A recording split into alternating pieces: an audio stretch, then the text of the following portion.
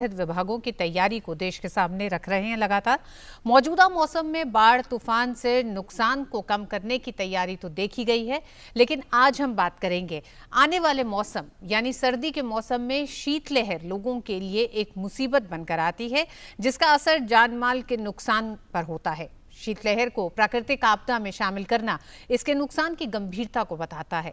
अब से 2 से 3 महीने बाद के लिए कितना हम तैयार हैं, कितना देश की तमाम वो संस्थाएं तैयार हैं जो इस आपदा की तरफ काम करेंगी, जानेंगे अपने खास विशेषज्ञों से। लेकिन उससे पहले एक नज़र इस पर भी डालते हैं कि मौसम विभाग ने 17 राज्यों को कोर कोल्ड वेव यानी शीतलहर जोन में शामिल किया है। इस जोन में दिसंबर 2000 से लेकर फरवरी 2020 के दौरान अपेक्षाकृत सामान्य न्यूनतम तापमान से ज्यादा तापमान रिकॉर्ड किया जाता है, यानी कि ये वो 17 राज्य हैं जहां शीतलहर का प्रकोप सबसे भीषण रहेगा, ये अनुमान लगाया गया है। इसी पर और बात करते हैं कि किस तरह की तैयारी है। 3 मेहमान हमारे साथ जुड़ चुके हैं। हमारे साथ लेफ्टिनेंट जनरल रिटायर्ड सैयद अता हसनैन साहब हैं, ये सदस्य हैं एनडीए में। आपका बहुत बहुत स्वागत है अता हसनैन साहब। हमारे साथ डॉक्टर एम प्रभाकर हैं, national innovation on climate resilient agriculture NICRA, ministry response for cold wave management से आपका बहुत बहुत स्वागत है डॉक्टर प्रभाकर।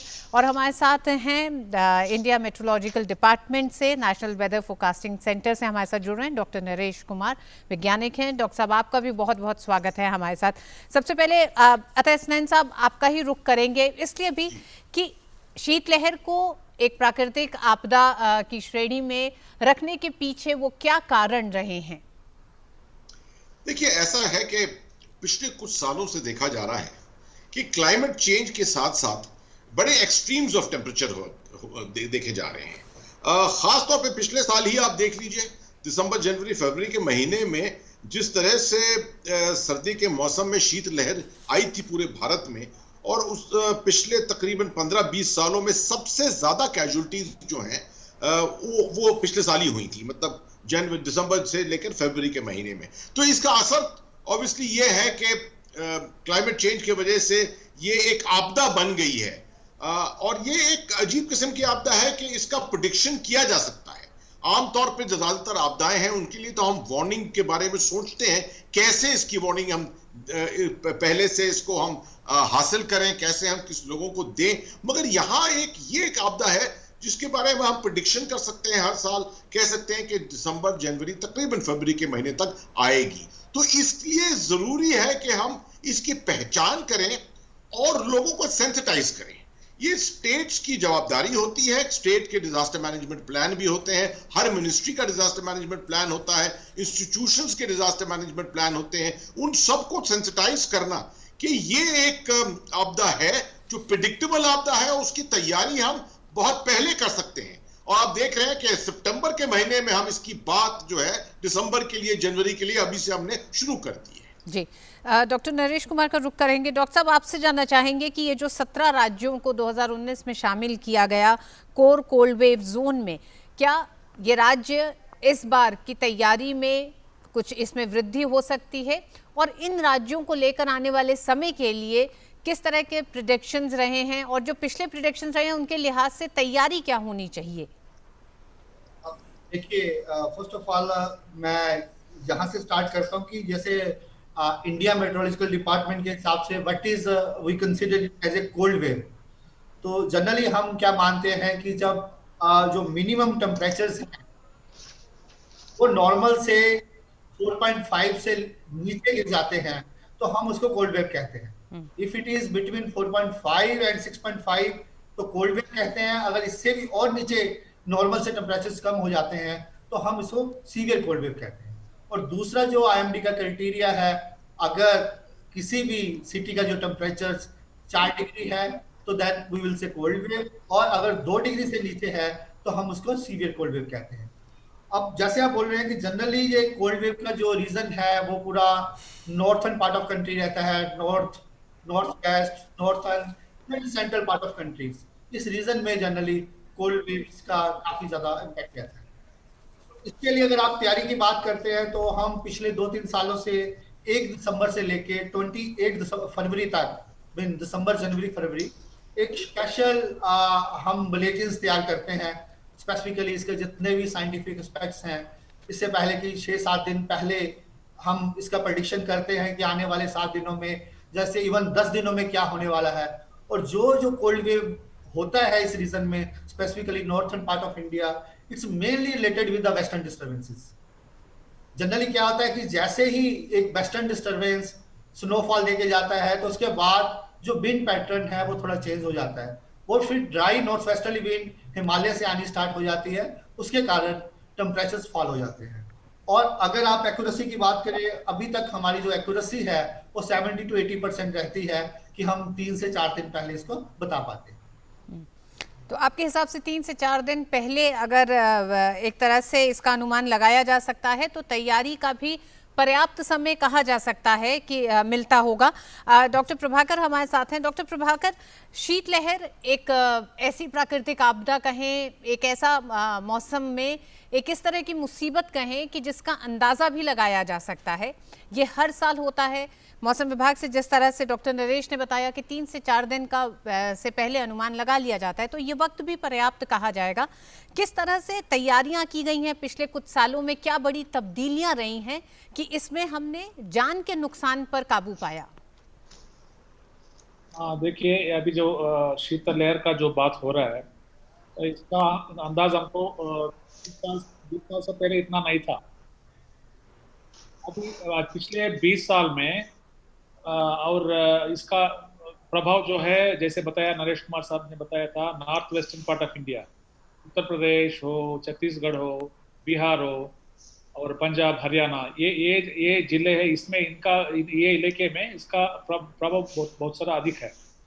और हमने पहले इसका मैक्सिमम डैमेज देखा 202 साल में हजारों का एकड़ में नुकसान हुआ पौधों का, खासकर ट्री प्लांटेशंस में, आम हो, नहीं तो पपीता हो, नहीं तो लीची, बनाना, गावा, पोमोग्रेनेट, ये सब कुछ जगह पे इतना नुकसान हुआ, उसको पूरा निकालना पड़ा, पूरा ऑर्चर्ड्स को निकाल के और दूसरा फ्रेश प्लांटिंग के लिए जाना पड़ा।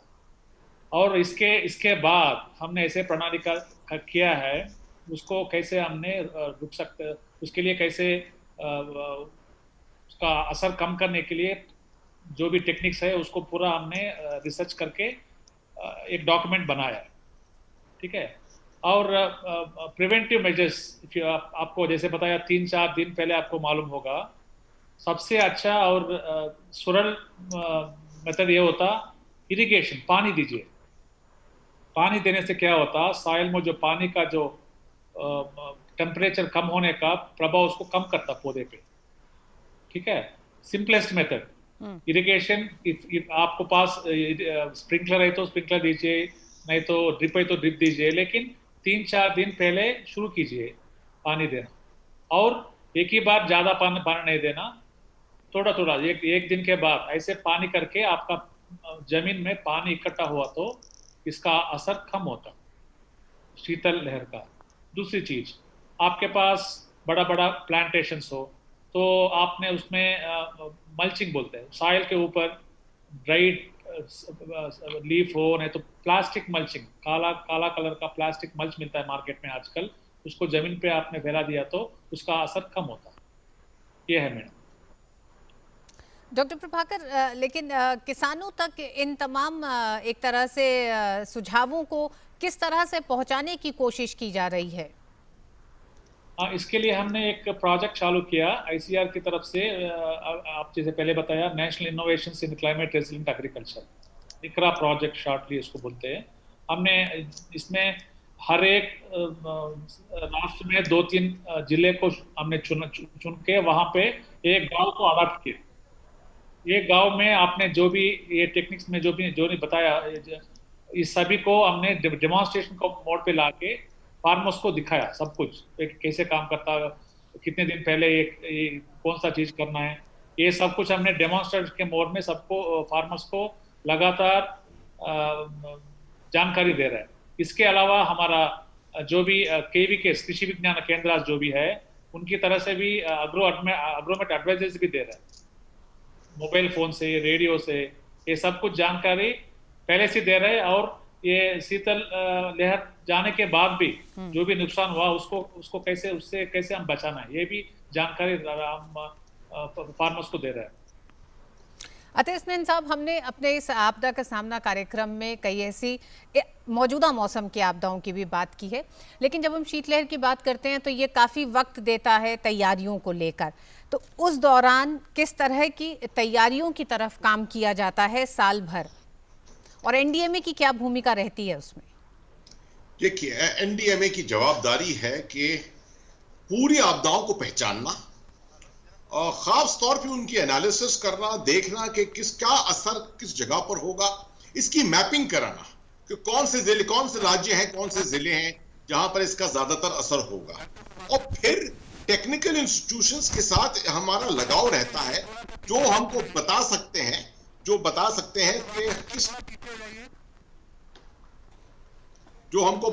हैं कि किस तरह से इसका असर जो है वो कम हो सकता है। अब आप इन्वायरमेंट का देखिए, ये खासतौर पे एक नई चीज है। आप देख रहे हैं जैसे दिल्ली जैसा शहर या पंजाब में देखिए आप, जब शीतलहर ज्यादा चलती है उस वक्त खास तौर पे इन्वायरमेंट पे बहुत असर पड़ता है। आप देखते हैं कि लोगों की बीमारियां बढ़ती हैं, और इस साल ये खास तौर पे कोविड-19 के साथ साथ ये एक अलग चुनौती बन जाएगी, क्योंकि नजला होता है लोगों को, जुकाम होता है लोगों को, और पहचानना आसानी से पहचानना कि क्या है ये नजला है कि कोई कोविड की थ्रेट है, ये इन चीजों के ऊपर एजुकेशन अवेयरनेस हमको बढ़ानी पड़ती है। तो ये एक आईईसी प्रोग्राम होते हैं हमारे, इंफॉर्मेशन, एजुकेशन और कम्युनिकेशन के प्रोग्राम, जिनको हम पूरे साल 365 दिन इनको हम अपनाते हैं, और छोटे छोटे फिल्मों के जरिए, छोटी कहानियों के जरिए, दूरदर्शन के जरिए, बहुत ज्यादा ऑल इंडिया रेडियो के जरिए ये हम इनको फैलाते हैं, इसकी खबर अवेयरनेस के बारे में फैलाते हैं। फिर साथ में एसडीएमए जो स्टेट के डिजास्टर मैनेजमेंट अथॉरिटीज हैं, डीडीएमए जो डिस्ट्रिक्ट की डिजास्टर मैनेजमेंट अथॉरिटीज हैं, उनके साथ लगाव रखना, उनके साथ मीटिंग करना।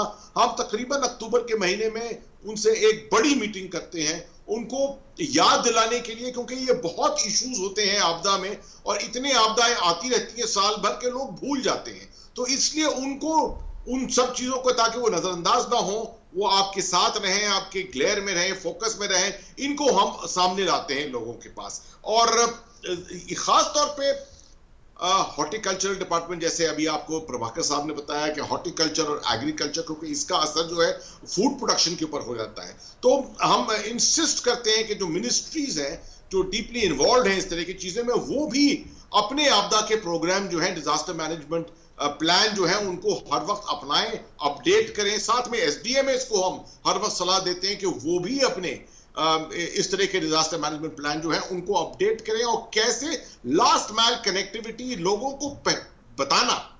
3-4 दिन का अगर आपको नोटिस मिल रहा है तो कैसे आजकल सोशल मीडिया के जरिए खबर पहुंचाना आखिरी माइल तक, मतलब आखिरी इंसान तक, ताकि उसको भी इसके बारे में मालूम हो कि ऐसी आपदा आने वाली है और उसमें क्या असर होगा, और उसके लिए क्या उसको साधन जो है उनको अपनाने चाहिए। बिल्कुल अतीसनैन साहब, आपने बहुत ही महत्वपूर्ण एक तरफ से बिंदु की तरफ इशारा किया है कि कोविड के इस दौर में जब हम सर्दी के मौसम की बात करते हैं तो शीतलहर एक ऐसी प्राकृतिक आपदा है जिस पर ध्यान देने की भी ज़रूरत है। साथ ही साथ इस बदलते मौसम में किस तरह से और एहतियात भी बरते जाएं, उस पर भी बात करेंगे, और मौसम विभाग से भी ये भी जानेंगे कि इसके पूर्वानुमान को लेकर अभी किस तरह की जानकारियां आ रही हैं कि आने वाला मौसम क्या हो सकता है।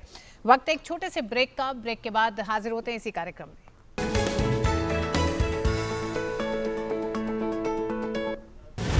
सुभाष चंद्र बोस आपदा प्रबंधन पुरस्कार, आपदा प्रबंधन में निस्वार्थ सेवा को सम्मान। कई संगठन और व्यक्ति आपदा प्रबंधन के क्षेत्रों में लगातार काम करते आ रहे हैं, जैसे आपदा की रोकथाम, शमन, तैयारी, प्रतिक्रिया और बचाव, राहत, पुनर्वास, अनुसंधान, नवाचार या प्रारंभिक चेतावनी।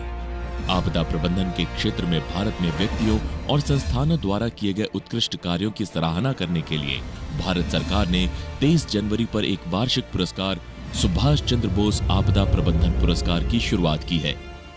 इसके अंतर्गत 3 पुरस्कार तक होंगे। संस्थान और व्यक्ति दोनों ही इन पुरस्कारों के लिए पात्र हैं। यदि पुरस्कार विजेता एक संस्थान है तो उसे प्रमाण पत्र और 51 लाख रुपए का नगद पुरस्कार मिलेगा। यदि पुरस्कार विजेता व्यक्ति है तो विजेता को प्रमाण पत्र और 5 लाख रुपए का नगद पुरस्कार दिया जाएगा। अधिक जानकारी के लिए या आवेदन करने के लिए dmawards.ndma.gov.in पर आज ही जाएं। जल्दी कीजिए। वर्ष 2021 के लिए आवेदन भरने की अंतिम तिथि 30 सितंबर 2020 है। सुभाष चंद्र बोस आपदा प्रबंधन पुरस्कार। आपदा प्रबंधन में निस्वार्थ सेवा को सम्मान।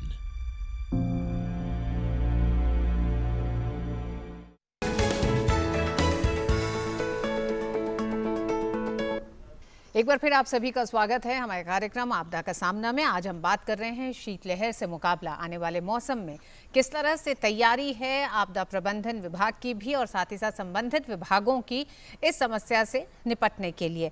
हमारे साथ 3 मेहमान मौजूद हैं। हमारे साथ सदस्य NDMA lieutenant general retired Syed अता हसनैन साहब हैं। हमारे साथ डॉक्टर एम प्रभाकर हैं। हमारे साथ डॉक्टर नरेश कुमार हैं।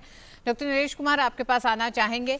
मौसम विभाग की अभी अगर बात करें शीतलहर को लेकर या सर्दी के मौसम के लिए, क्या मौसम में तब्दीलियां इस समय से शुरू हो जाती हैं या उसी दौरान, यानी कि एकदम सर्दी के मौसम में नज़दीक आने पे ही वो तब्दीलियां पता चलती हैं?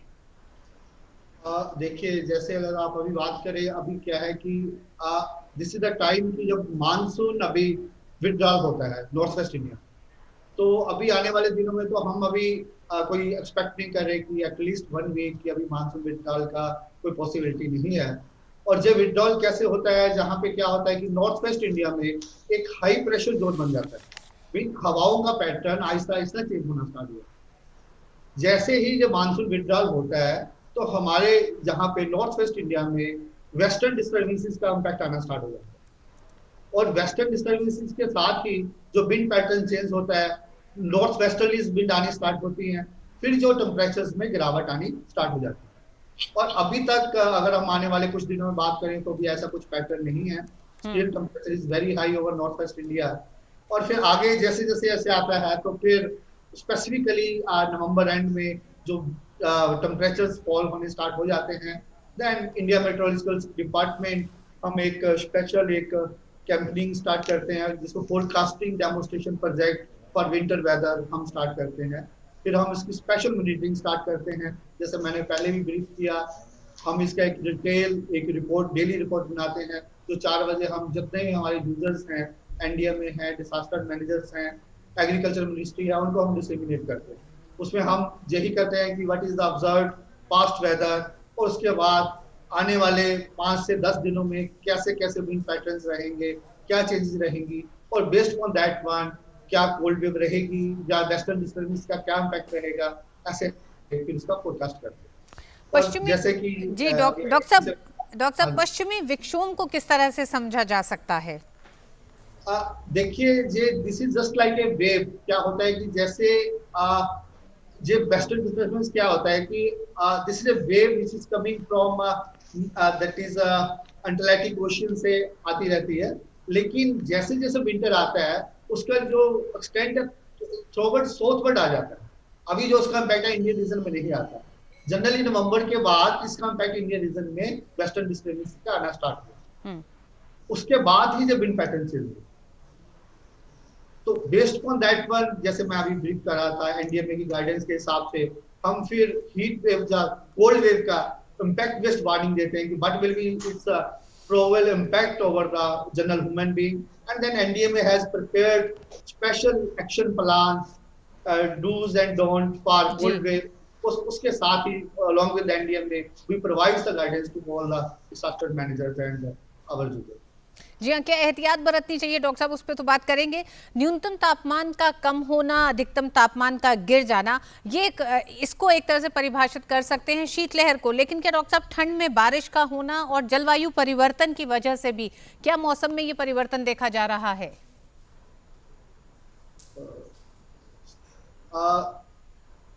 Sorry, I could not get your point. जलवायु परिवर्तन की वजह से भी इस मौसम जो शीतलहर का प्रकोप लगातार बढ़ा है, क्या ये एक उसका कारण हो सकता है?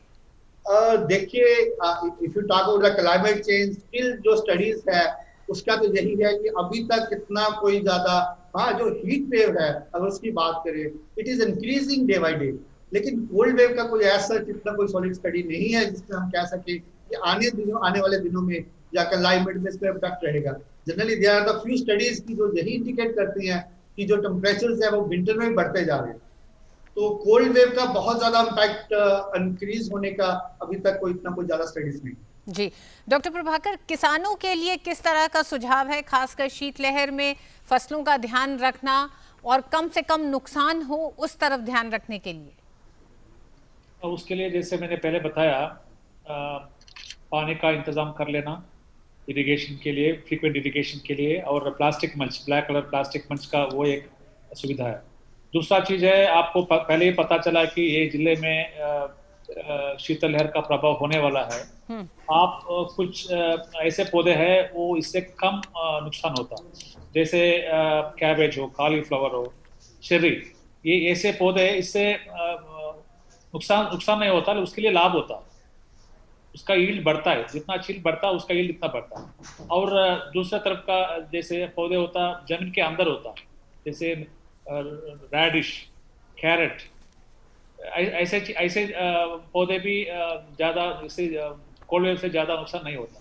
तो मेरा सोच ये है, जैसे आपको पता चला कि ये साल कोल्ड वेव आने वाला है और probability of occurrence of cold wave is more, ऐसे जगह पे हमको किसानों को ऐसे सलाह देना है कि ऐसे you have to go for changing the crop pattern. जैसे मैंने बताया, कैबेज, कॉलीफ्लावर, रेडिश, ऐसे क्रॉप्स को दे कैन गो।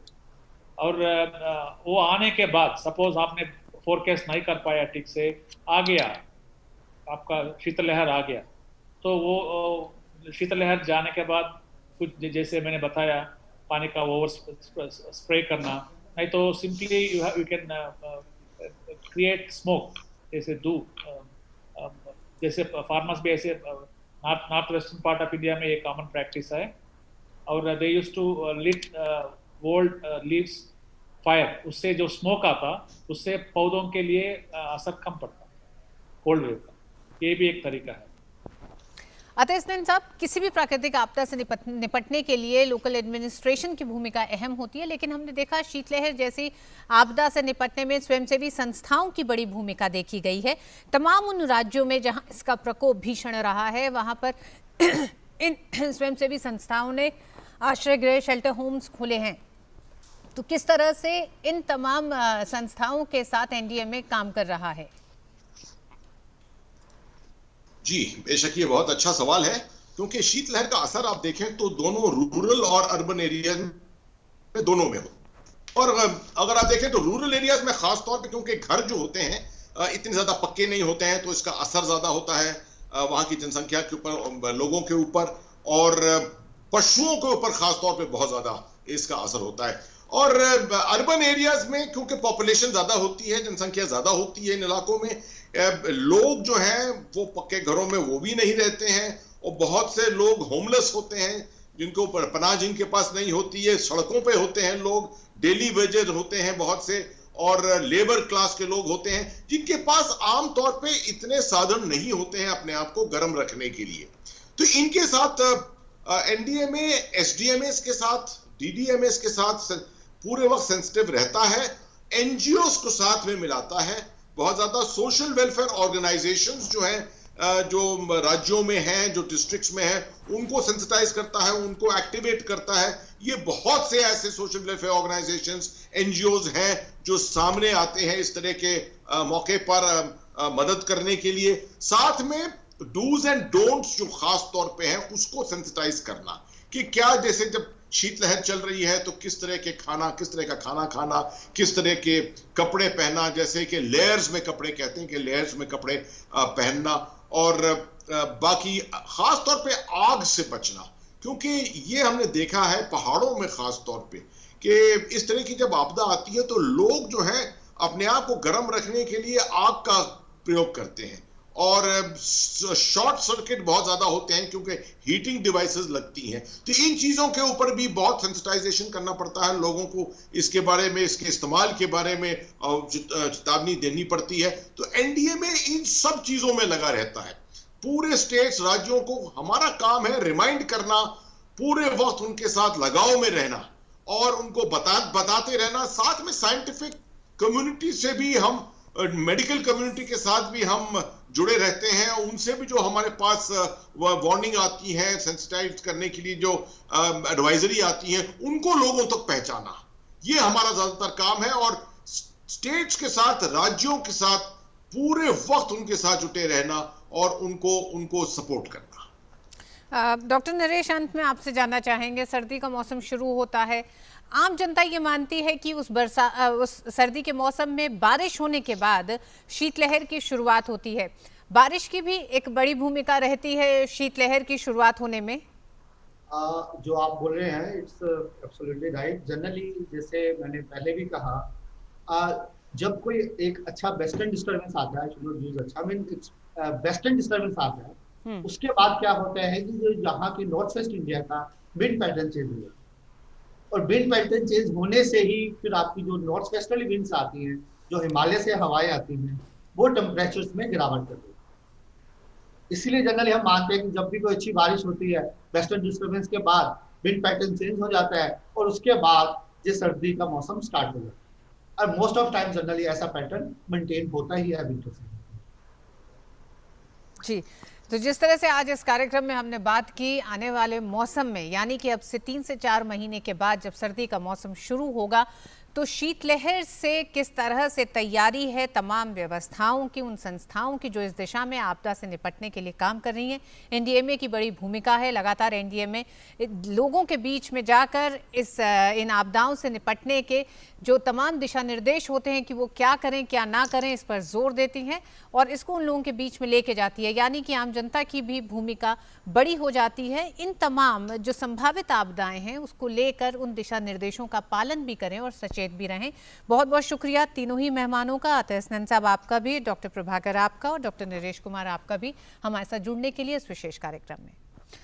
और आपदा का सामना कार्यक्रम में आज बस इतना ही। अगले हफ्ते एक बार फिर आपके सामने होंगे एक नए विषय के साथ। तब तक दीजिए हमें इजाजत। नमस्कार।